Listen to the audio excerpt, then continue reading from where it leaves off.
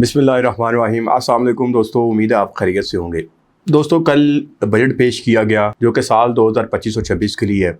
उसमें हमने देखा कि डिफरेंट किस्म की बातें हो रही हैं, डिफरेंट किस्म का जो बजट स्पीच की गई उसमें हमने चीज़ों को देखा, हमने उनको मद्देनज़र रखना है, हमने देखना है कि इसमें क्या आम आदमी को क्या रिलीफ मिला।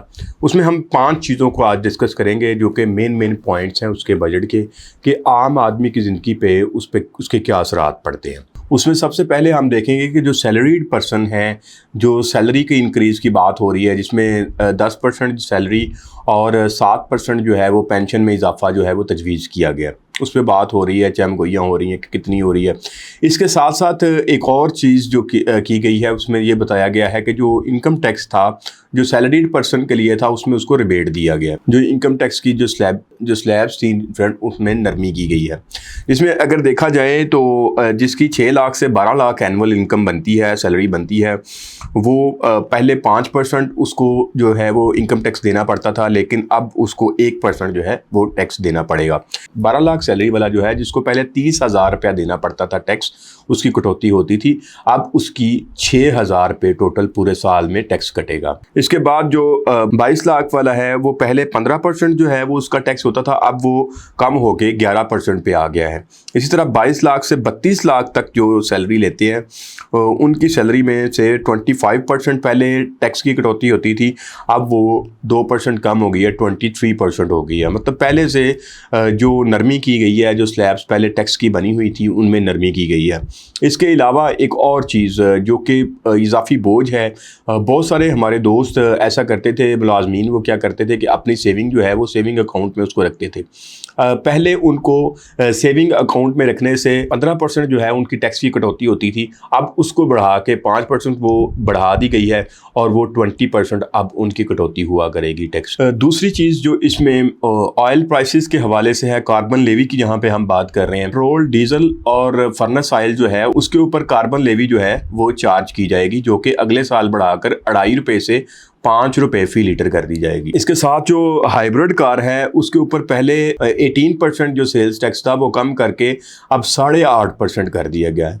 लेकिन जो पहले छोटी गाड़ियां थी, जो 850 सीसी गाड़ियां थी या उससे कम की गाड़ियां हैं, 660 सीसी गाड़ियां हैं, उनमें जो है वो 12% पहले सेल्स टैक्स होता था, उसको बढ़ा के 18% कर दिया गया है। अब आपके सामने जो सबसे छोटी गाड़ी है वो आल्टो गिनी जाती है, तो आल्टो की कीमत में तकरीबन अब 1,70,000 रुपये इजाफा हो गया है। मतलब वो ऑलरेडी उसका जो टैक्स था जो पहले 12% था, अब वो 18% हो गया है।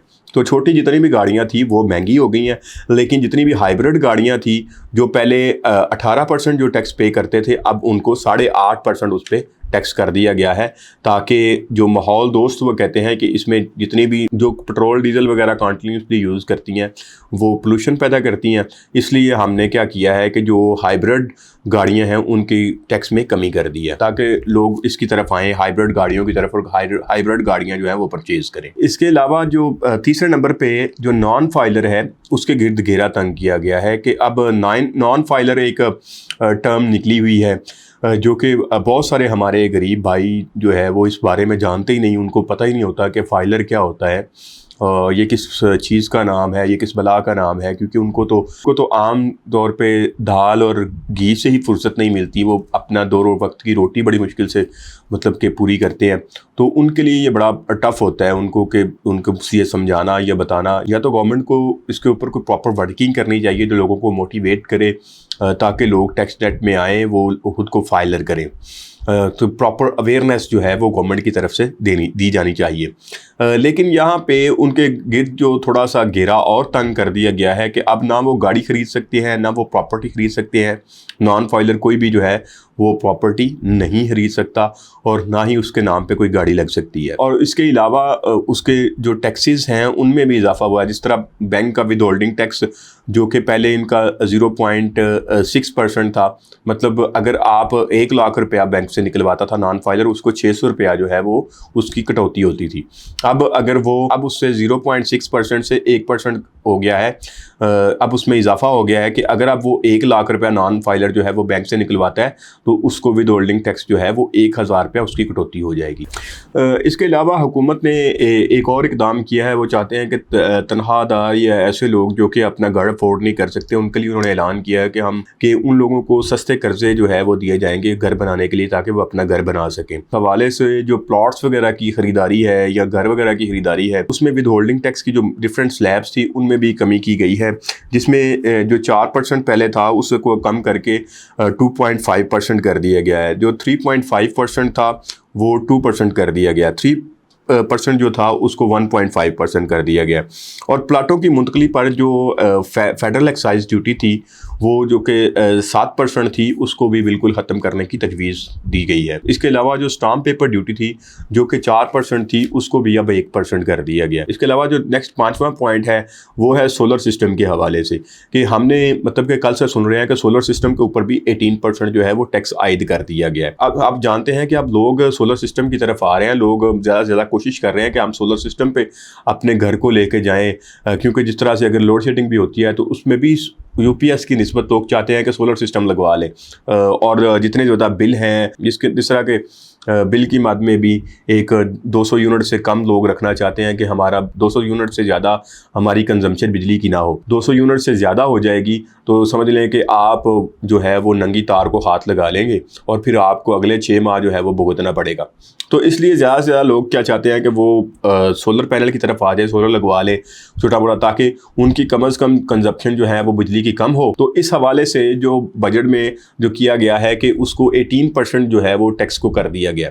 जो इससे पहले था हर जगह पे यही न्यूज़ चल रही है जी, 18% कर दिया सोलर पैनल के ऊपर टैक्स। 18% जो है वो ये दरअसल इंपोर्ट के ऊपर टैक्स आयद हुआ है जो ऑलरेडी 17% था। 17% से 1% बढ़ाया गया है, 18% हो गया है। तो अब ज़्यादातर शॉपकीपर्स जो हैं जो कि सोलर के ऊपर काम कर रहे हैं, उन्होंने क्या किया है, उन्होंने तमाम कस्टमर्स को ये कहना शुरू कर दिया है कि वो देखें जी इतना ज़्यादा टैक्स जो है वो बढ़ गया है, इतना ज़्यादा टैक्स बढ़ गया है। इससे पहले अगर कोई सोलर पैनल के ऊपर आपकी कास्ट 1 लाख रुपए आती थी, तो अब बजट के बाद आपकी वही कास्ट जो है 1,01,000 रुपये आएगी। इससे ज़्यादा कोई फ़र्क नहीं पड़ा। लेकिन अब आप मार्केट में देखेंगे, जब आप देखेंगे तो मार्केट में इसमें बहुत ज़्यादा इजाफा जो है वो देखने में आएगा। तो ये 5 जो मेन चीज़ें थी वो मैंने आपके साथ शेयर करनी थी कि बजट में, कि इसमें आम आदमी को इस बजट से कितना रिलीफ मिलेगा और आम आदमी के ऊपर इसका कितना बोझ पड़ेगा। तो आज के लिए इतना ही। अपना और अपने पेरेंट्स का ढेर सारा ख्याल रखिएगा। इंशाल्लाह नेक्स्ट वीडियो के साथ फिर मुलाकात होगी। अल्लाह निगहबान।